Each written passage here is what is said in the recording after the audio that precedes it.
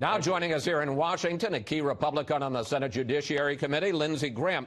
Senator, and I hesitate to get into this after my conversation with Mitch McConnell. I think of you generally as a happy political warrior, but I got to say, over the last couple of weeks, you have seemed angry, and I guess I'm questioning what has gotten so much under your skin. I wanted to take a look at Lindsey Graham over the last couple of weeks. Here you are. This is the most unethical sham since I've been in politics. I thought she was handled respectfully. I thought Kavanaugh was treated like crap. Yeah, well, boo yourself. So why are you, well, now you seem happy, but why are you, or have you been an unhappy warrior these couple of weeks?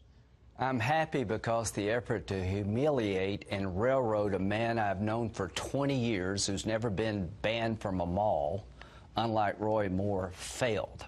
I'm happy that those who tried to destroy his life fell short.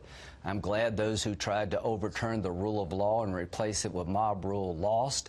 I've never been more pissed in my life. I voted for Sotomayor and Kagan. I would have never done this to them. This was character assassination. This was wanting power too much. And to the extent that I came to the aid of this good man and helped defeat this debacle, I am happy as a clam. All right. Well, let me tell you something that may not make you happy or bring it up, because it appears the Kavanaugh confirmation is not going to end this fight. Democratic Congressman Jerry Nadler of New York, who would, if the Democrats take the House, become the House Judiciary Chairman, has already talked about launching an investigation into alleged misconduct by Kavanaugh. Nancy Pelosi says she wants to see the FBI interviews in the second background check. It doesn't sound like this is going to end. Well, we'll know in November if that makes sense. I hope everybody running for the House in these purple districts will be asked the question, do you support impeaching Judge Kavanaugh based on 5 allegations, none of which could be corroborated?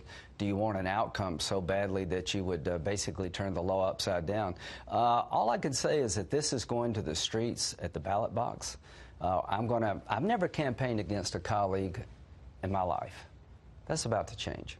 I'm going to go throughout this country and let people in these, purple states, red states where Trump won, know what I thought, know what I think about this process. Now, we were talking before we came on the air, and I see that you have a list of all the people that the president has said are on the list for potential nominees. Yeah. What's your point? Well, here's my point. This is a list that was compiled in November, but he actually put it out during the campaign.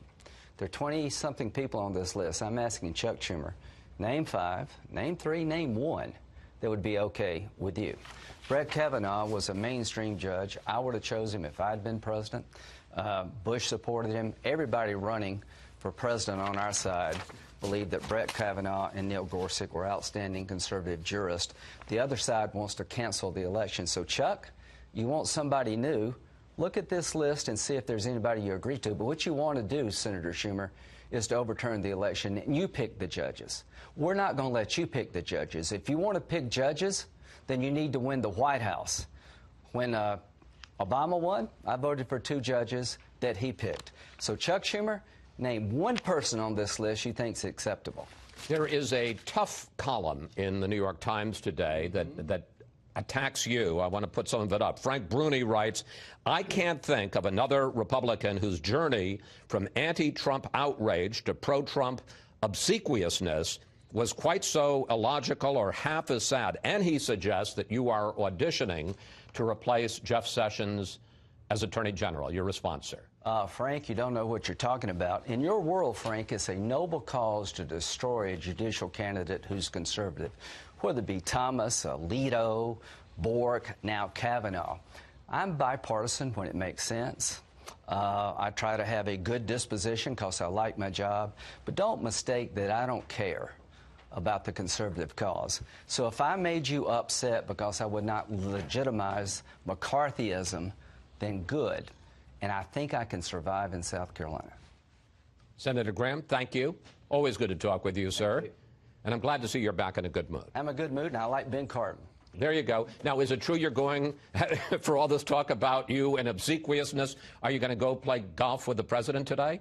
Yeah, and I'm not going to give him any strokes. You know, this third term thing is looking better and better. Ben, I hope you win. You're a good man. That may be the kiss of death. That may be the end of Ben.